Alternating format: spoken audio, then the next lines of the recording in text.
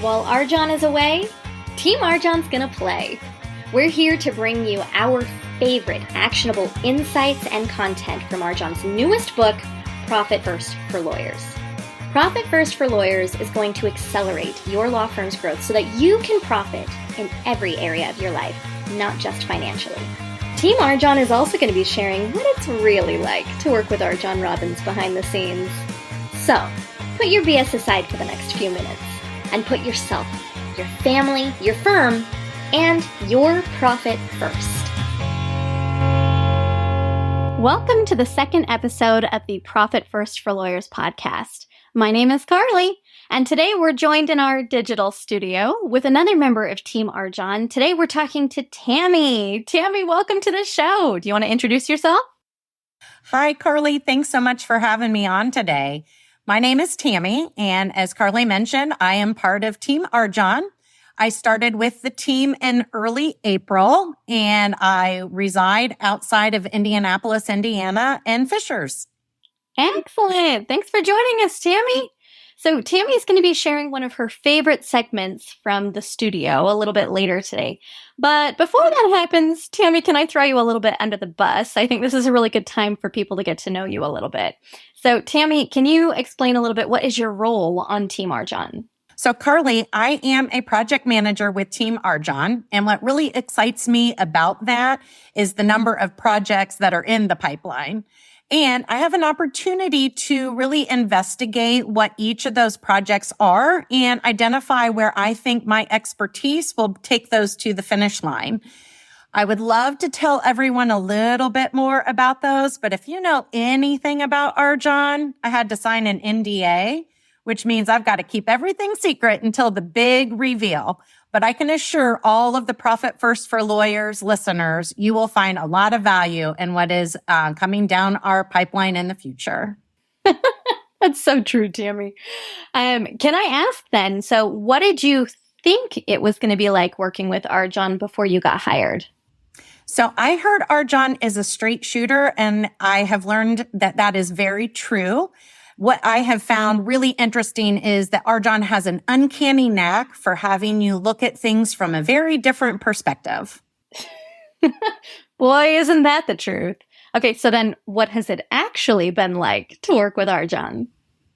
So I appreciate that his perspective has really allowed you to be challenged in the way that you think about things. And he is really great about coaching you through and encouraging you to be the best that you can be. Yeah.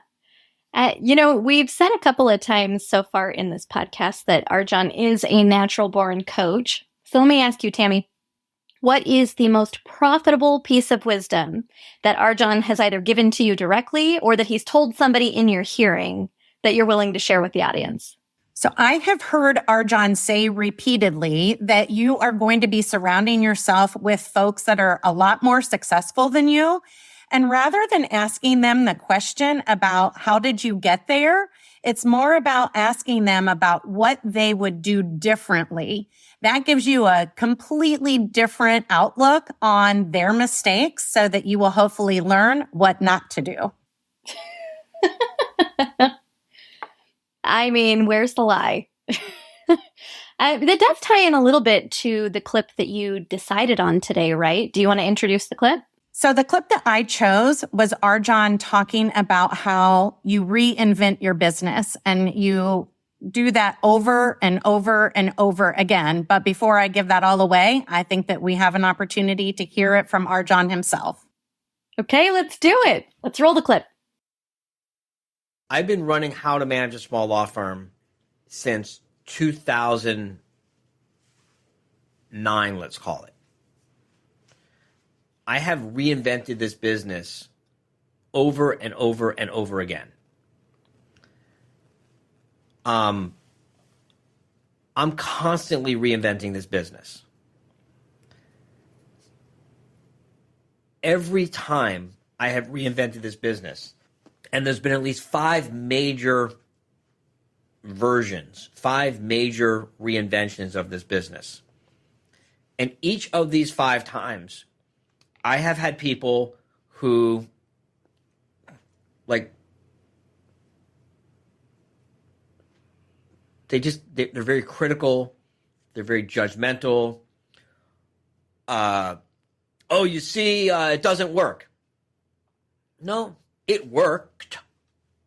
And now it's time to reinvent it so it keeps working. But people have this very immature notion that unless you figure out how to make it work one way forever, it must be a failure. What's a product that hasn't been reinvented ever? Fire pokers. Fire pokers are about the only thing that someone invented the perfect tool, a fire poker, and it hasn't changed since. Everything else that you're writing there has changed. The Slinky is manufactured differently. Toilet paper has been reinvented. Hershey's Candy Bar, the formula has changed. What the ingredients of a Hershey's Candy Bar has changed. Fire poker is about the only thing. Right? I mean, we're constantly reinventing our business, right? And every time you reinvent the business, there are people who are pissed off that I like the old one better. Well, I'm sorry. You can go buy the old one, but this is the new one, the better one for the future. Now, the question then becomes, are you making a rational, intelligent, strategic pivot, or is your subconscious just distracting you with a shiny object? And you'll know whether it's one or the other when we see whether or not you go after it. If a month from now you're saying, yeah, I never really followed up, and now I've got all these people with all these big corporate grants, and I'm not following up with them, and I'm not making sales with them, well, then we'll know that it was your subconscious just distracting you. But if a month from now, if a year from now, you're got $1 million business and you work with corporations and municipalities as your funding source and nonprofits as your funding source, hey, you know what? Brilliant pivot. We all have to reinvent things. And by the way, there will be a bunch of losers who will say, you see, you were so stupid because you thought you could do it this way and you had to figure out a different way to do it. So what? I'm not in the fire poker business, bitch. That was a really good one, Tami. Can I ask, okay, so out of all of the material, we've got 30 plus hours of RJon just at the recording studio. Why that clip? What spoke to you about that one? So that's a really great question, Carly. I think what really resonated with me about that is that I have just recently gone through a reinvention myself on both a personal and a professional level, which hopefully is going to lead to a financial level. And what I mean by that is that I left an industry that I really loved after 27 years. It was in the hospitality industry, but the work-life balance was not the greatest. A lot of weekends, a lot of long nights. I had an opportunity then to go work for an entrepreneur. And that was a great stepping stone to lead me to where I am now with Team RJon. And so the reinvention of learning an entire new industry and taking my specialties and my traits and the things that I enjoy doing and bringing them into a completely different area in the entrepreneurial world has been very exciting. So I feel like I personally am going through a reinvention. Professionally, I'm reinventing myself through my role with Team RJon. And financially, I hope to reinvent myself too with all of these fabulous new things that are coming down the pipeline and all of these great projects we're going to roll out. Yeah, no, I really appreciate that, because one of the things I've really learned about working with RJon is that our potential is limitless. And when we get really excited about something, he will just let us take that through to the end. So I kind of love that story of reinvention and figuring out what you want to do next. And it's never too late. Even if you spent 27 years in an industry, if you want to try something new, you should try something new. Life's too short to be unhappy. Thanks, Carly. I appreciate it. It was a big risk, and I know that that's where a lot of our business owners also are taking risks. But without risk, there is no reward. And so I know our listeners at Profit First for Lawyers are here to learn how they can be better and take those risks and get that big profitable reward, both personally, financially, and professionally.